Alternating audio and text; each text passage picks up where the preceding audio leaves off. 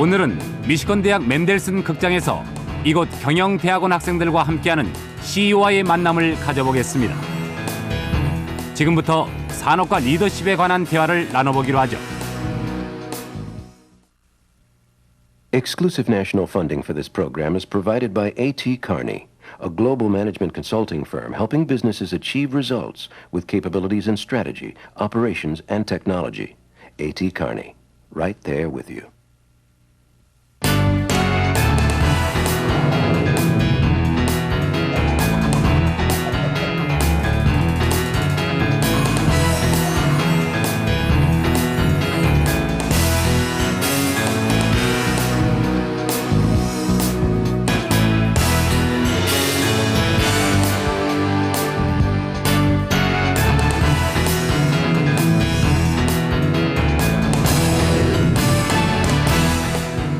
신사 승려 여러분, 그리고 미시건 경영대학원생 여러분, CNN의 상임 정치 분석가인 제프 그린필드를 소개합니다.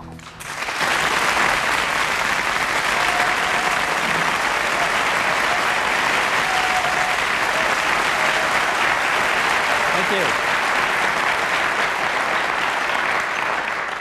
Welcome to CEO Exchange. I'm Jeff Greenfield.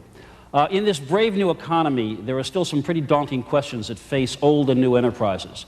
Suppose you're an established company. You do business the old-fashioned way, you manufacture products, you produce them, you sell them to customers all over the world. How do you answer critics who say that what you do, what you sell, hurts the air and the water, or even people? Those are challenges, some of them, that face Dow Chemical. Suppose you're a new breed of company. You're trying to carve out a niche on the web. You're trying to get and hold a piece of the burgeoning business-to-business e-commerce. How do you fight off the armies of competitors, all of whom see gold in them their .coms? Those are the challenges facing Chemdex, a 2.5-year-old .com that has been embraced by investors but has yet to make a profit. We will meet Chemdex's CEO in a few minutes, but first we meet Dow Chemical CEO William Stavropoulos. With its buyout of Union Carbide, Dow is now the second largest chemical company in the world. It's a company whose name still carries some echoes of distant controversies. But a more immediate question facing Dow, can a company with 19th century origins move into a 21st century world? 1897년 헨리 다우라는 젊은 화학자에게는 커다란 포부가 있었습니다. 미국 중부와 미시건 주변의 풍부한 광물을 자원으로 활용하려고 했던 거죠. 이런 생각을 토대로 산업이 탄생됩니다. We now today have a business enterprise that's around $20 billion in sales. We have 39,000 employees. We serve customers in almost every part of the world. 다우를 21세기로 이끄는 윌리엄 스타브로폴러스는 그리스인 이민자의 후예입니다. 윌리엄은 뉴욕의 롱아일랜드에서 자랐죠. 부모님은 사탕과 아이스크림 제조 사업을 했습니다. 고등학교 때는 전설적인 칼 야칠렘스키와 야구를 했었죠. 비록 부상으로 꿈을 접어야 했지만 지금도 사무실에 가면 스포츠에 대한 사랑을 엿볼 수 있습니다. He doesn't give you the impression of being a CEO in a one-on-one exchange because it appears that his ego is a bit submerged, certainly more submerged than a lot of CEOs that you interact with. 윌리엄은 포디엠 대학에서 약품 조제에 관한 학위를 받았고 워싱턴 대학에서 의학화학을 전공으로 박사 학위를 받았습니다. 1967년 다우에 들어와 떠나지 않았고 1995년 CEO가 됐죠. If I had to say what's the greatest benefit that he's provided in his term as CEO, I would say set the company against a much more ambitious agenda, cause people to think outside of the box about what we could be, and then set about to prove it. CEO로 재임하는 동안 윌리엄은 100억 달러의 가치의 자산을 매각했습니다. 그중에는 다우 소비자 상품도 포함되어 있었죠. 그리고 유니언 카바이트를 사들였습니다. 오늘날 다우의 가장 성공적인 상품은 메소첼로, 스크린의 윤활제나 갖가지 식량 묶음으로 쓰이고 있죠. You might even think that was like strawberry pie, cherry pie. 메소첼은 다우의 사업적 접근 방식의 한 예입니다. 상품을 발명해서 그걸 많은 다양한 산업에서 사용하도록 설득합니다. Boy, that's about the best methyl cellulose I've had today. Ladies and gentlemen, please welcome the President and CEO of Dow Chemical, Bill Stavropoulos. Welcome. Have a seat.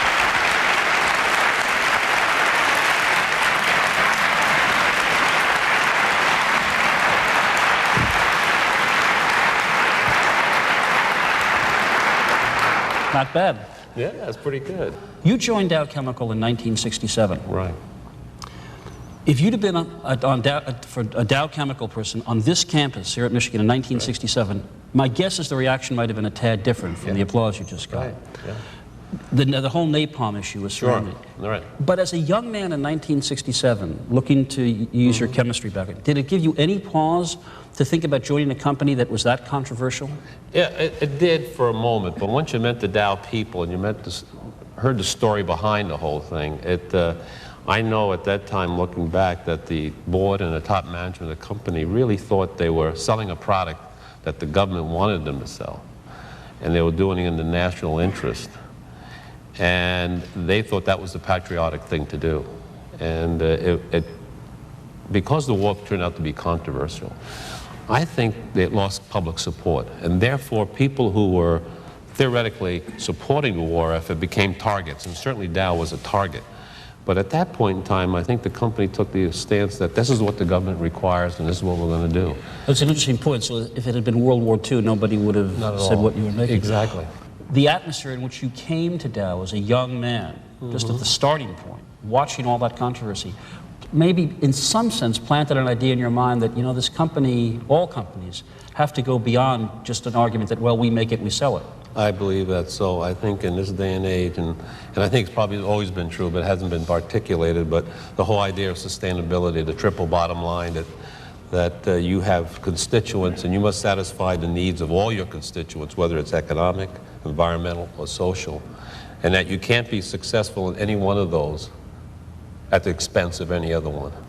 This is, as we mentioned at the outset, a company that's a little more than 100 years old. Yeah. And in some sense, it's a traditional company. I mean, in this world, you actually make things. Right. Take things out of the ground, you process them, you sell. It's really, it's a kind of a new concept probably to some people who only know about that. But we're still out there, really.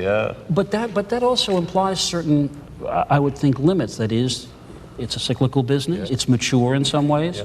And when you came in as CEO, it seems to me that you took a risk. You were trying to say to this very traditional company, we better change at the roots. Absolutely. Talk about that a little bit. Yeah, I think that a company has been very successful, and you don't become 100 years old without being successful, without changing. It was time for us to change. It was time for us to understand that the world had changed very radically, and that if we didn't change radically, we would be history also. So what we started to do is put new aspirations for the company, develop a new strategy. We changed our product mix. We changed our organization. We're changing our culture. There's not one part of the company that we didn't change. Isn't this a little like turning around the QE2? The most difficult thing to do is to change a successful company. If you have a burning platform there, if your back's to the wall, you can rally people very quickly. So you have to spend a lot of time articulating why you want to change, how you're going to change, and you have a promising future. And you have to paint that future. You have to paint a story where people can find themselves in that story contributing. And that's what we try to do every single day in our company. Another part of what your strategy was to use the buzzword downsizing. Right. I mean, you not only eliminated a whole bunch of middle management levels, but I think it was 10,000 people. Right. Right. Now, Dow is in Midland, Michigan, right? Right. That's a pretty small community compared really to Chicago. Right. So it must have been that you were saying to people who you not only had worked with, but lived with, maybe gone to school, their kids and your kids went to school, Right. you're not here anymore. That's right. Now, you know, people like yourself are thought of as pretty tough-minded guys.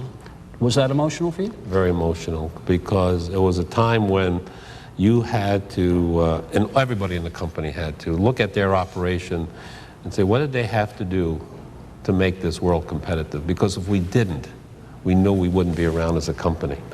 Some of the divestitures became very emotional because you became attached to the products, attached to the people, attached to your customers and what it does for the customers.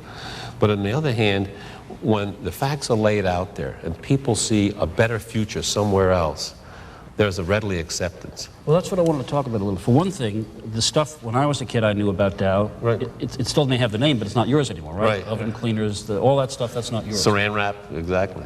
But part of what it seems to me you're trying to do with Dow is to create a whole new line of products that really are environmentally friendly. I mean, I don't know if you're wearing one now, but you actually have a shirt It's made out that's made out of corn. That's exactly. I should have brought one, by the way. I mean, it's terrific. This must come in handy when you run out of That's food. right. You put butter on it and you eat it. But I mean, that's a radically Yeah. different notion for Dow, isn't it? One of the things that's happened, if you look at chemistry and science, and we're a science, chemistry-based company, is that what we're trying to do is leverage that knowledge to solve mankind's problems. I would dare say that without a chemical industry, or without chemistry and science, the quality and the standard of living that we have would not be possible. So one of our obligations as a company is to articulate that and reposition our company as one that can contribute to the sustainability that I talked about earlier. Would it be fair to say this represents, for the company and for the chemical industry in general, a fairly dramatic change in corporate culture? Because I think there was a time when it was a lot more defensive a generation or two ago. Yeah, and I think you get defensive when you get attacked, you naturally get defensive. And I think that over the last several years, number of years, we've tried to be in the forefront of things and try to take a leadership role, not only in our industry, but in industry in general. Because active engagement with your publics is extremely important. And we do it in many ways. At every one of our plant sites, what we have is a citizens group that is an advisory group to our facilities. And that's a way to understand what the publics need and what we need so that we can work together. It's such a cliche when the head of a major company talks about roots, but it's so often true. Tell us about the family you came from. Well, I came from a immigrant family. My father was a candy maker and an ice cream maker. And he came to this country when he was 14 years old. Had no education, by the way. And he went to work. And he found a job and he started a little candy kitchen out in the eastern end of Long Island. And he kind of built that up. But something happened to the candy company that it seems had a pretty big impact not only on your family, but on your whole life. When I was a very young man, my father lost everything, and he was about 58 years old. And suddenly he was a counterman again. And he did that for about 3 or 4 years, and he worked himself back up. And that was a turning point in our life, and it brought the family together, number one, but it also taught us a lot of lessons. It showed me that with perseverance, with confidence in yourself, and you can make it back.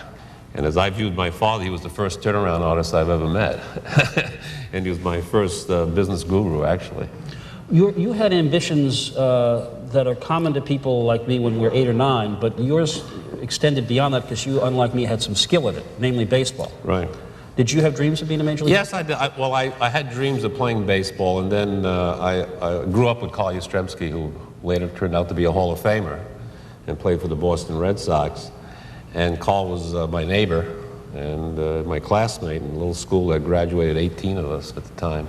And we both kind of shared that dream for a while, but when the curveball started getting a little tougher, I could realize I better start doing something else. But the difference between your skills, which were greater than most, and Carl Yastrzemski's was just... That much. That much. But that's all you need. The former chief executive, the late chief executive of the Coca-Cola Company, was quoted recently, I mean, a quote when he was alive, obviously. Yeah. What he said was that working for Coca-Cola is a calling. It's not a way to make a living, it's a religion. Is that how you look at what you do? I think what you have to do, I look upon it, you have to do what you like. And so that you can put your blood and guts into it, and it's not work. It's something that you really, really enjoy. And when people ask me about, give me some advice on what I should do, pick something that you like, and then the rest will come your way. And that's what I look upon it. And surround yourself with people who have that same zeal for your company. Okay. Bill, we'll be talking to you again in a few minutes. Thanks very much for joining us. You bet.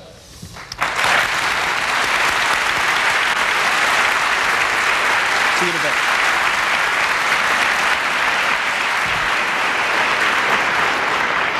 As I mentioned, we'll be speaking more with Bill later in the program. Our next guest, David Perry, already has 2 startups under his belt. His latest, Chemdex.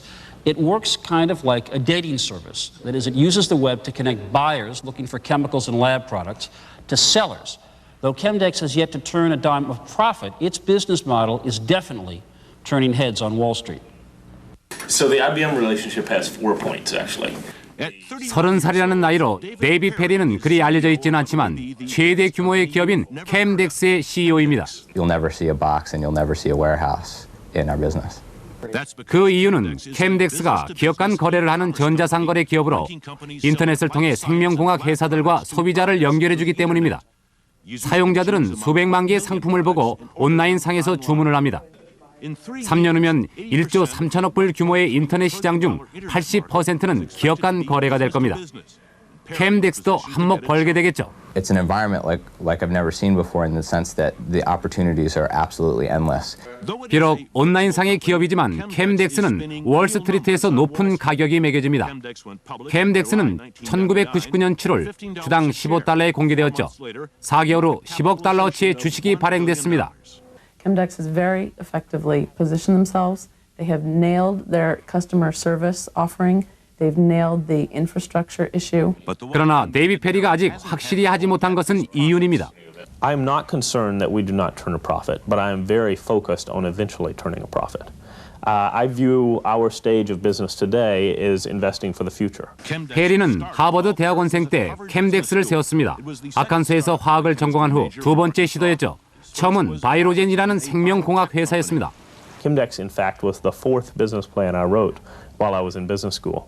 The other 3 I took to the logical conclusion when I decided investing my time further in these didn't make sense. 하버드에서 페리는 교과서보다 사업에 관한 공부를 더 많이 했습니다. I think his reputation in school was as someone who was a good student but not a fantastic student. And I think people are generally pretty impressed with what he's done coming out of school. Right, everybody's interested in e-business. Here's a 3형제 중 장남인 데이빗은 가족 중에서 처음 대학을 졸업한 인물이었습니다. 그는 5년 동안 엑손에서 일을 했죠. 그러나 가장 힘든 건 아버지의 비료 산업을 도울 때였습니다. I started working for him in that business when I was 6 years old for a quarter an hour. I got a quarter an hour raise every year. So by the time I was 12, I was making about $2 an hour. 데이비 페리는 아칸소에서의 경험도 자랑스러워하지만 이제 그의 미래는 캠덱스에 있습니다. Ladies and gentlemen, the 30-something CEO with a $2 billion idea, David Perry of Chemdex. Welcome. It's a great audience. Have a seat.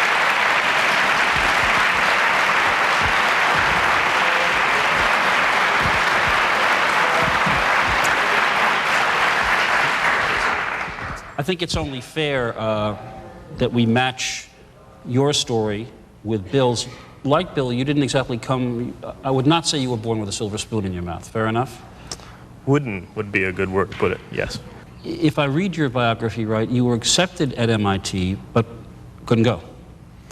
Well, my parents told me when I was 14 years old, I remember it very clearly actually, they said, Dave, there's 2 things we're not going to give you. It's a car and a college education. I was really bummed about the car.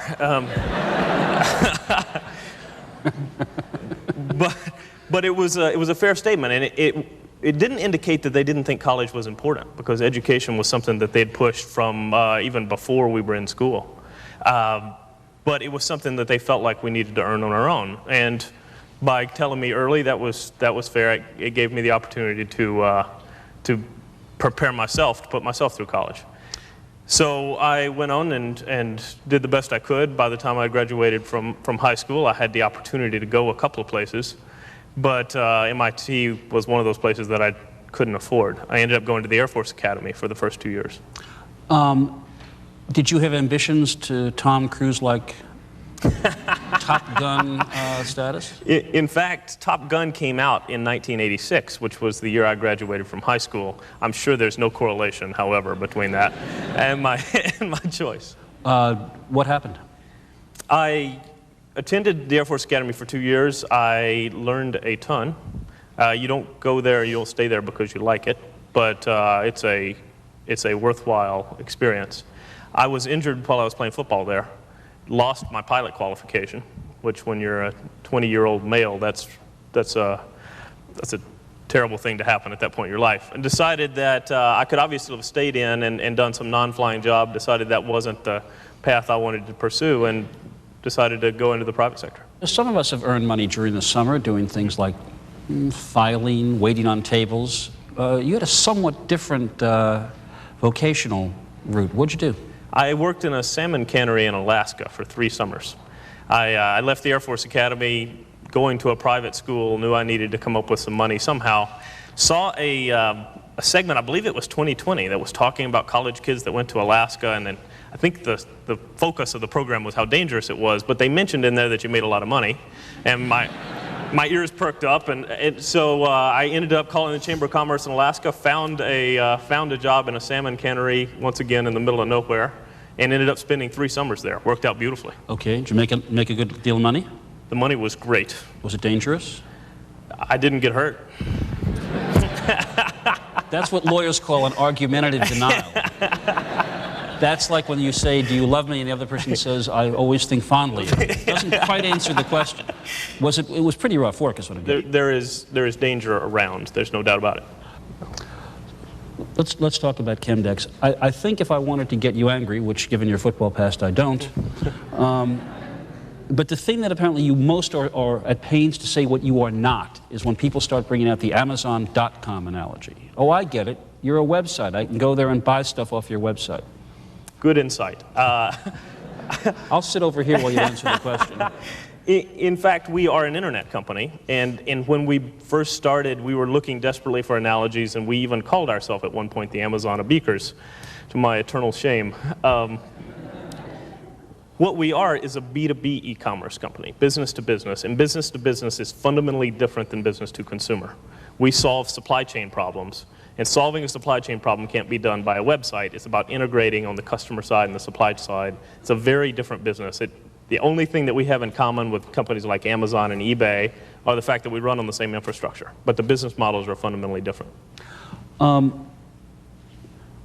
But what strikes me as being so remarkable about this is literally a company that you could not have conceived of, I guess, what, 5 or 6 years ago? I mean, without an up and running World Wide Web and lots of people on it, I mean, it would be like trying to invent a television set before there was, what, electricity? I think it's fair to say that the most successful internet companies all share that characteristic. We're solving problems that couldn't fundamentally be solved prior to the internet. That means that you have a relatively clear competitive landscape, right? There's nobody there. You, like many other companies in this field, share 2 things in common. One is your stock price has gone through the roof, and second, you haven't made any money yet. Right. Explain to us how that works.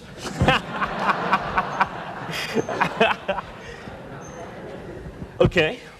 We're starting from no assets. You know, when I started raising money for Chemdex, it was me and a business plan. That was all of our assets. So you have to invest a significant amount of money to go do these things, or most of them you do. There are tens of millions of dollars that have to be put into building the solutions here. That's no different than building the solutions in the physical world. The thing that confuses people is the accounting is different. If you're going to build a chemical plant, that's accounted for as capital. All the things that we're spending money on to build our asset are expenses. These are things like getting customers and getting suppliers and spending marketing dollars and hiring people. So those get accounted for as expenses, but the principle is exactly the same. We're investing in an asset, and that asset is going to be applied against an opportunity that's enormous. Eventually, you expect Chemdex to make money, right? Absolutely. Okay.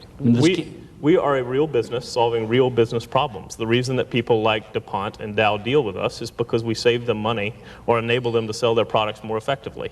When you do that, when you solve real business problems for real businesses, you eventually make money.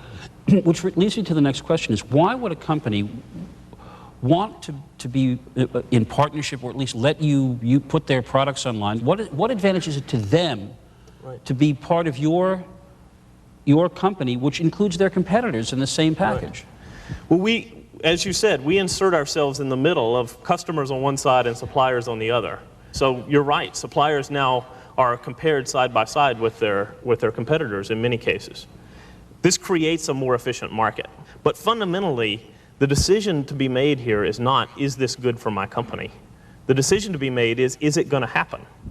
And if the existing company says, yes, this is going to happen, this is fundamentally going to change my market, their analysis better be to jump in as fast as possible, figure out how to take advantage of it versus their competitors. You know, that raises a fascinating question to me, which is, in one sense, because of your company and others like it, you really have, not you personally, but this has the power to force companies to change everything from pricing to their customer relations, doesn't it? Once it's all this transparent, once a customer can know immediately, I can buy it cheaper, I can get it faster, it can be more what I want, companies may have no choice but to change not how they do business, but how they make their product and sell it. I mean, am I over the top here? The things that companies like Chemdex are doing will fundamentally change the way the economy is run. That is a true statement. Are there some businesses that were this kind of company, where a Chemdex, where a dating service, if you will, would not work? You know, we've been compared to many things. A dating service is a first here. I told you I was a liberal arts major. My mom would be so proud. Yes is the answer. As we started Chemdex, we were obviously trying to solve a problem in one very specific industry. As we evolved and matured, we recognized that this model and these assets that we'd put together to solve one problem had broader applicability. But it doesn't work everywhere. Is it conceivable to you that something like a Chemdex could acquire remarkable market power? In other words, I think 20 years ago, if somebody would have said Microsoft would be a monopoly or look like a monopoly, people would have laughed. Come on, it's a guy in a garage. Well, nobody's laughing. So is it possible that this kind of company, if not yours, could at some point have that kind of market power? You know, anything's possible, I suppose. It wasn't that long ago I was trying to raise money for the first time, and I got turned down at least 40 times by people who didn't think we'd ever make any money at all. So it's hard for me to envision making that next leap to the point where we might be at a monopoly at some point. We're going to bring Bill back out in a couple minutes, but I wanted to wrap up, which is your kind of day. But in terms of the demands on your time, what's your day like? When do you get to work? Assuming you get to work and don't just sit in front of a computer at home. This is all I do, is the answer. I wake up thinking about this. I go to sleep thinking about this. I don't spend, all of my working is not in the office, but my day roughly starts at 6 and ends between 10 and midnight. This is what I do. So the idea of you going away, say, for 10 days to hike the streams of Bali right now is not in your cards, right? I would rather be here for the next 10 days than hiking in Bali. That is the honest truth. That's the reason this is so much fun. There's nothing in the world I'd rather be doing. I'm 31 years old. I've gotten to start a company, grow it from 0 to 300 people, take it public, sit here on the stage with you. Where else in the world am I going to get to do that? I think that's a good point to bring out a potential collaborator, competitor. I'm not sure what we call him in relation to you, but Bill, if you'll come back and rejoin us.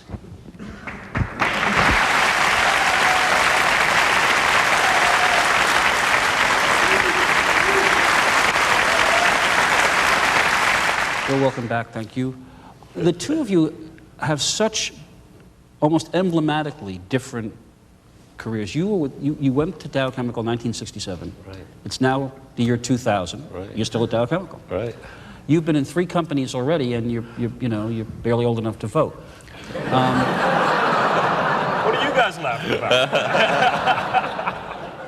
But here's the point. Could you picture yourself, if you had been born a generation or two earlier, succeeding up the corporate ladder? Would this have been something that David Perry could have pulled off? When I was looking for my first round of venture capital to start Chemdex, I got turned down a lot, but I got my first term sheet, which is a venture capitalist way of saying they're interested in investing. And the partner in the venture capital firm said, I want a negative reference. Give me somebody who won't say good things about you.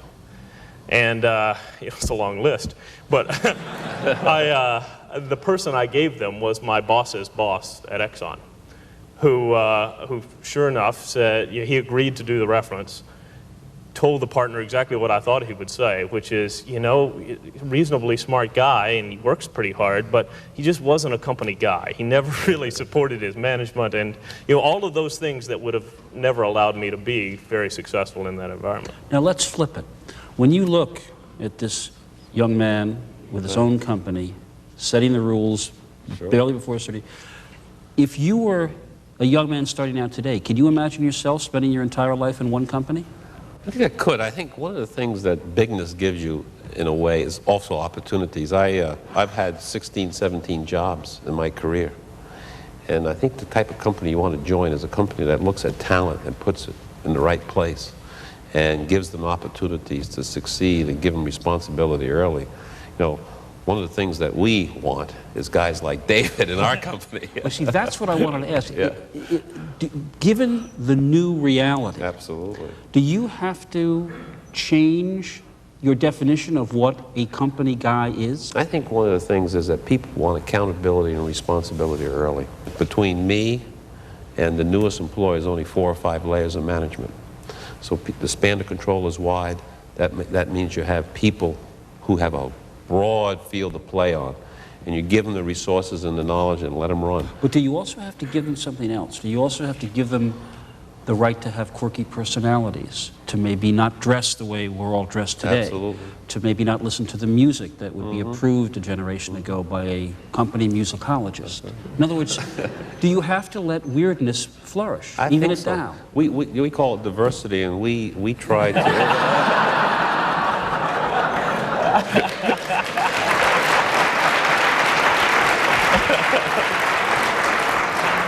And our definition is portable and it's broad, because we do business in 126 countries around the world. You're a young guy starting a company. It's obviously been incredibly successful on Wall Street, but when you look at a company like Dow, 100 years old, with a market cap even larger than yours, is there something about that sheer size? Are you at all in the back of your mind tempted to say, I wonder what it's like to try to run that kind of company? Yeah, there's actually 2 questions there. One is there anything about Dow that I envy? And the other one is there anything about Bill that I envy? Okay. You know, Chemdex has to justify our existence every day, right? People look at us on a minute basis to do exactly what we say we're going to do every single day, and that is the only asset base we're operating off of. And if we disappoint people, then the value of our assets goes. We lose a lot of stock price in a hurry. Right? Dow has a huge number of operating assets that are going to continue on regardless of what's happening in the world. There's a nice bit of stability there. Would I trade places? Not a chance. On the other hand, I think Bill's job is fascinating. Right? I think that the real heroes in today's economy are not the people who do what I do. They're the people who do what Bill do, who have the energy and the patience and the drive to take on a huge organization and try to turn that ship. That's a much harder thing than what I do on a day-to-day basis. Since you have been a CEO as this 20th century ends, what do you think, whenever this happens, your successor is going to have to confront that you might not even have had to think about a few years ago? A CEO's job is, you know, a strategy, a plan, be able to articulate that vision and develop a strategy behind it. And that's going to happen no matter what you do. And to develop a motivated workforce that is willing to do that, because there'll be a lot of flat spots in the road, and you need that motivation to get over it. But I think some of the special things that happen when you move into the 21st century is technology, and I think the technology revolution is going to happen. The 21st century is going to make the 20th century look, you know, like a slowpoke. What about the speed with which you have to make decisions?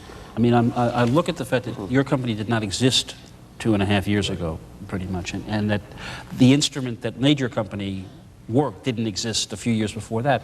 Do you expect, as you move down the road, that you're going to have to be the whole old-fashioned model of making decisions, of memos and groups, and send this down and analyze it and send it out and poll it? That's deader than Marley's Ghost? I think if we think about fundamental differences between the 2 centuries, we're talking about speed. The reason we're successful is because we're learning all the time. We've learned a ton in 2 years, and we know maybe 5% of what we're going to know 3 or 4 years from now. Right? This is really early.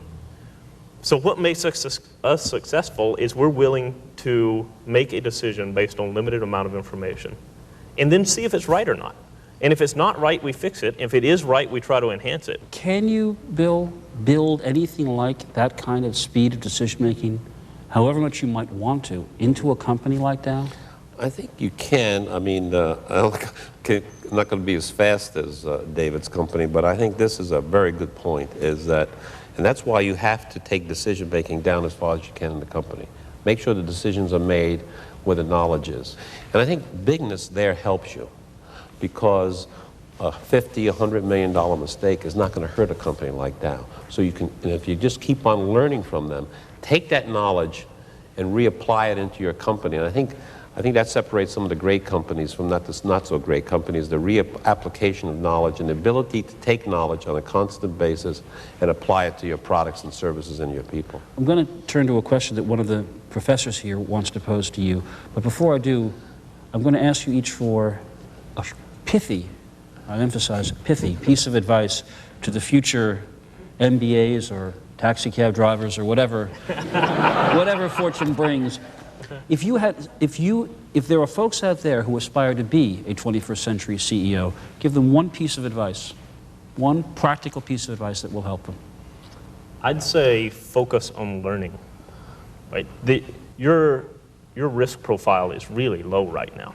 Right? If you go into a company and it doesn't work, who cares? Right? You've got a lot to fall back on. The only thing you can do wrong is to get into an environment where you're not making progress really, really fast. As long as you're learning really, really fast, you're in the right place. I think self-improvement, learning is certainly got to be on the top of your list. Another thing I put on it is do something you really like, that you enjoy, because learning will come easy. You'll enjoy it, and people around you will enjoy it. So try to find something like that. And don't be afraid to take a career risk, and I think that's what David's saying. Take those risks, especially now. I mean, take them. And I think you'll be better off for it, because you'll learn from them. We asked some of the professors at the University of Michigan Business School for some of their questions. The first comes from Alan Afuha. He is Assistant Professor of Corporate Strategy and International Business.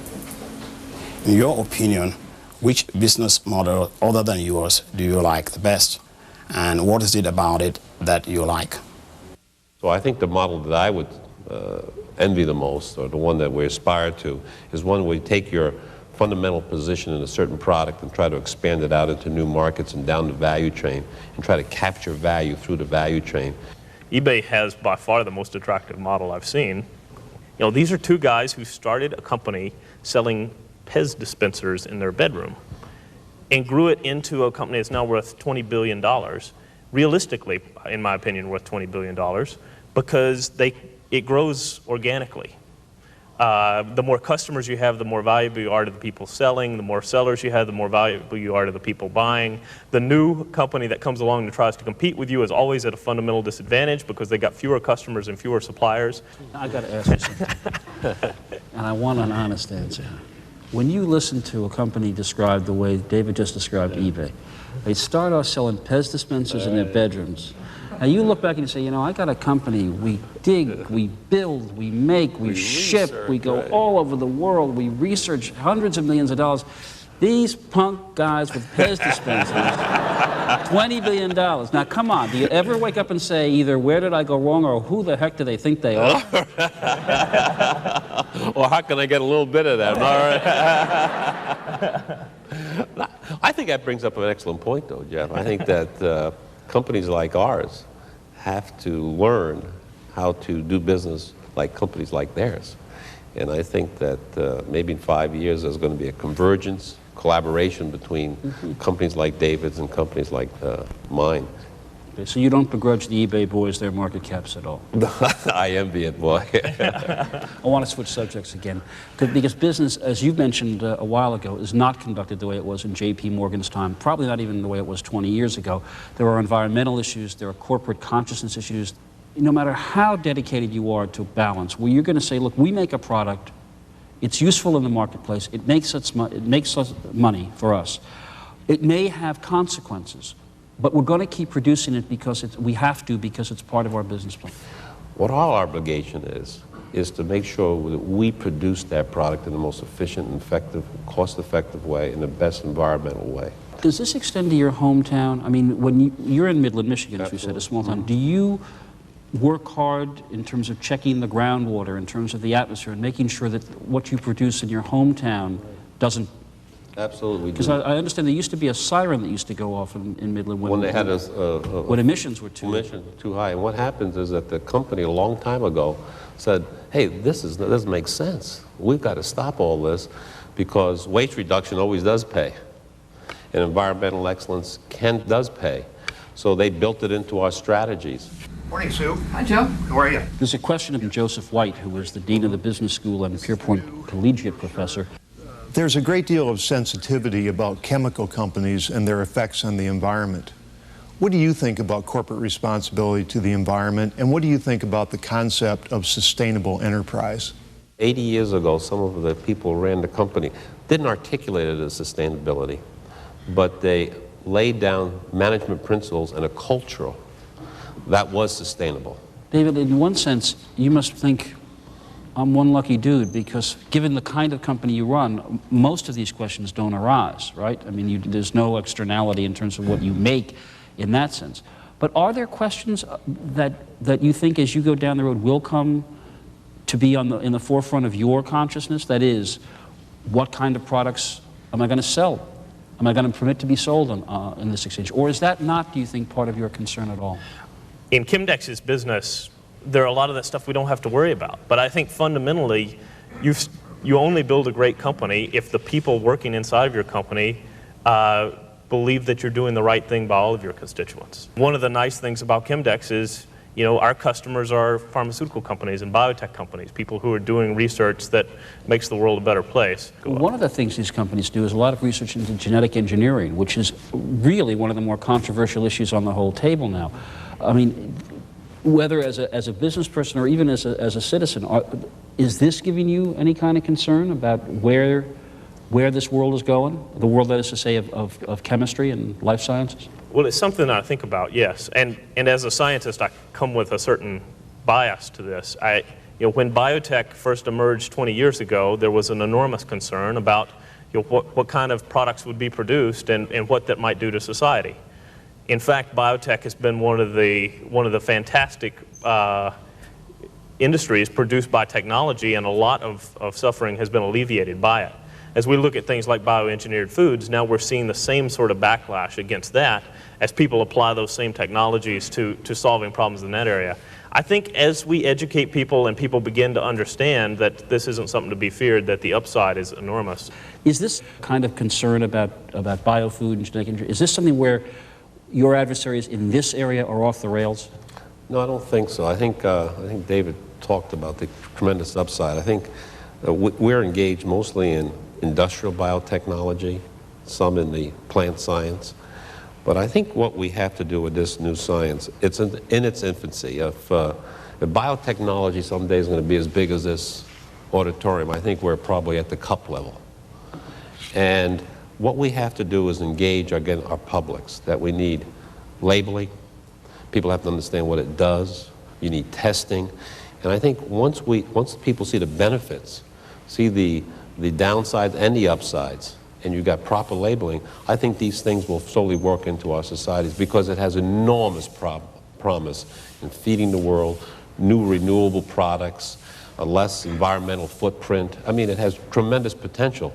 Okay, we have one more question from a member of the faculty, and it's about leadership. It comes from the man, in fact, who coined the phrase core competency. It is a fellow you know well, C.K. Prahalad. He is the Fruhoff Professor of Business Administration and Professor of Corporate Strategy. Bill and David, you present very interesting contrast. Big traditional industry, new aggregator on the internet. Both these models are evolving and changing. What do you think are going to be the basic leadership issues as we look to the next 10 years? You want to take that one first? I like David's answer to that question earlier, but I think the basic issues in the next 10 years are going to be the environmental issue and the place where industry can play, the transfer of technology, and how do you transfer technology around the world so that you can raise the living standards. Third point is the ability to make fast decisions in a world where information is instant, where capital flows, where technology flows, and the only differentiator really is your ideas and your ability to implement those ideas. Maybe it's the bias of sitting where I sit, but I think technology is the driver here for most of this. I think about the biggest challenge is understanding technology, where it's going, but most importantly, the effects it's going to have on every aspect of our business. Okay, in a moment we are going to turn to the questions from the students at the University of Michigan Business School. These, might be interesting and even, a lot tougher than mine. We will find out. But first, we wanted to give you a little background on the University of Michigan. 미시건 대학은 1988년 이래 꾸준히 상위 10위권 경영대학원으로 뽑히는 5군데의 학교 중 하나입니다. 경영대학원은 하나의 작은 공동체로 앤아버 캠퍼스의 구석에 자리 잡고 있죠. 1999년 미시건 경영대학원은 75회를 맞이했습니다. We're back now, and it's time to hear from some future MBAs gathered at the Mendelssohn Theater on the university's campus. Hi, my name is Jeff Merkowitz. This is a question for Mr. Stavropoulos. I'd like to go back to the triple bottom line for a second, and I was wondering two parts of the question. If Dow had been thinking about the triple bottom line in the 60s, would they still have produced napalm? And secondly, do you have any examples today where Dow had a product that they thought they could make a profit on, but it did not meet the other criteria? Several years back, we in our laboratories had developed a terrific new plastic that had great applications in the automotive industry, and it was a high heat product that you could take through the paint ovens, and that's kind of the nirvana for an engineering thermoplastic. But during further testing, we found out that in the process of making the product, there was some toxics that were produced that we could not get around. So that project was scrapped, absolutely scrapped at that time. Big disappointment to the people who were working on it because they made a breakthrough, but it was the right thing to do in the long run. Making conjectures back from 32 years ago on the triple bottom line, I think what we would probably have done is engage more of our constituents so that the decision that we would be making at the time would be one that all of our constituents would be comfortable with. My name is John Cunningham, and my question is for either of our guests. On the subject of technology and environmental technology, Dow has been a leader in the field of environmental management, and Chemdex is a new leader in the internet economy. How do either or both of you see the role of the web as a way to both improve environmental management and also improve information flow to the stakeholders about the chemical industry? Good. Go ahead, you start and I'll... Since you took the other one first, all right. Well, the beauty of the internet is that fundamentally it improves communication, right? It's a new distribution mechanism. One of the problems that the environmental movement has had is that you've got this disparate set of people who have a hard time marshaling their resources together. If you think about how the internet can solve that problem, it's pretty powerful, right? You can suddenly take all those resources and put them in one place, apply them to the same problem. Now, as to specifics, I think what we're going to see is, as that happens, companies that are the target of environmental activism are going to suddenly see that there is more than a grassroots effort in their hometown. It's a grassroots effort that's global. In this field, doesn't it put a lot more power in the hands of your potential critics, and thus make you even respond more quickly and more thoroughly? Absolutely. It puts you can create a world movement through the internet, and it has been done. And I think one of the powers of the internet in terms of environmental is that you can be able to track what's happening in your community and communities around the world, because the information is out on the net. I'd agree with that. But, this is not one way, right? So much of the environmental problems, or the perceived environmental problems, are really ones of communication. The internet solves that problem for us pretty well. Your name and your question. Hello, I'm Roger Shugart. My questions are two questions on the competition for Mr. Perry. First, what is it that you feel Chemdex has done in the past 2 years to, in fact, beat the competition? The second part is, what is it that you feel Chemdex needs to do in the future that'll keep people such as my colleagues here at the university from being your main competition in 2 years from now? A question and a threat. Nice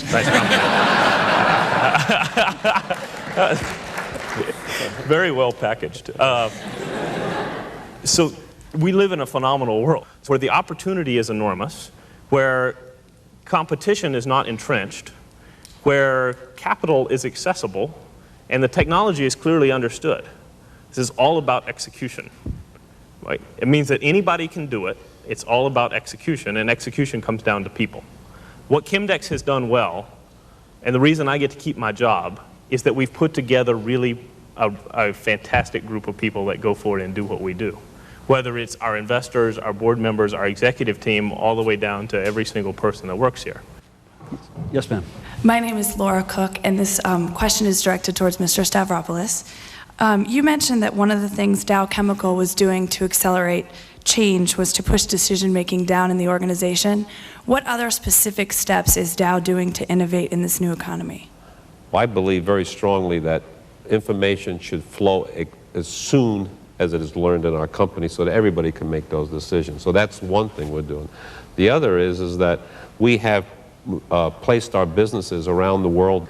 And then in the area of recruiting, it used to be that we hired everybody off the campus, right out of undergraduate college or at a PhD level. And now we're looking at more MBAs and we're looking at more mid-career hires so that we can accelerate the change in our company. My name is Robert Rich. I have a question for Mr. Stavropoulos. If it's possible that Chemdex could become a company that could actually create market power and put the screws to suppliers like yourself, why not take a $50 to $100 million risk of hiring a bunch of internet guys and doing it yourself and knocking him out before he gets too big? He's got a resume for it. Yes, Bill. Yes. I think it's a heck of an idea. Right? I'll see you later. Right? In fact, we are embracing the Met, and we have a group of people in Dow who know Dow very well. And we bring them out to Silicon Valley, and they spend 4 or 5 days out there brainstorming ideas on how to leverage our technology in new and different ways, and come back to Dow and then develop those ideas. Dave, would you like to comment on that suggestion? Yeah. Fundamentally, we now have internet companies and other companies. But 5 years from now, the idea of an internet company will be silly, right? The existing players in these markets have for two things that make it difficult to go in and create and do what we do. One is structural, and one is more capabilities oriented. The capabilities piece is pretty clear. So if you're an existing distributor, you might be very threatened by Chemdex, but you probably don't have the resources in place, the set of expertise and the skills to do this. So there's a capabilities problem. But even if you can get the money and the capabilities, you've got a structural problem, and that's that existing players have a really hard time creating a neutral marketplace. It almost always takes somebody from the outside to do that. My name is Sachin Gadvi, and the question is directed towards both of you. As CEO of your company, what keeps you up at night? Execution. It's all about execution. Everything that I worry about is those 100 decisions a day that you have to do right. Bill? I think the thing is that keeps me awake is that are we moving fast enough? You know, strategies point the way, but people make the difference. And that's what you really worry about in the final analysis, because that's the only lasting competitive advantage you have is your workers, your people. If you think of the question that a lot of chief executives, public and private, do, which is a legacy, Bill? My legacy? Yeah. Oh, I think what I hope to leave my company when I retire is that they look back and said he articulated a vision, he put new aspirations in place, and then he developed a strategy and he communicated it well and set the company on a path that would take it into the 21st century and be very successful. David, I realize you're, at 31, it may be a tad early to start thinking this way, but do you already look at Chemdex and say, I think there's something here that is going to last? I don't think about it in those terms, but what I think about doing is creating a long-lasting, important company by solving real problems in the marketplace and getting rewarded for doing that. If in the process we create a model that fundamentally changes the way business is done, that's nice, but it's not what we set out to do. Okay, we've come to the end of the program. I'd like to thank our guests, Bill Stavropoulos of Dow Chemical, David Perry of Chemdex, for sharing their time and their ideas and their candor. Thank you very much. I want to thank our audience as well for your questions, for your enthusiasm. The whole goal in bringing remarkable CEOs like Bill and David together in each of these programs in our series is to add to the world's marketplace of ideas. If the business of America is business, That's the business of CEO Exchange. I'm Jeff Greenfield. Thank you very much. Take care.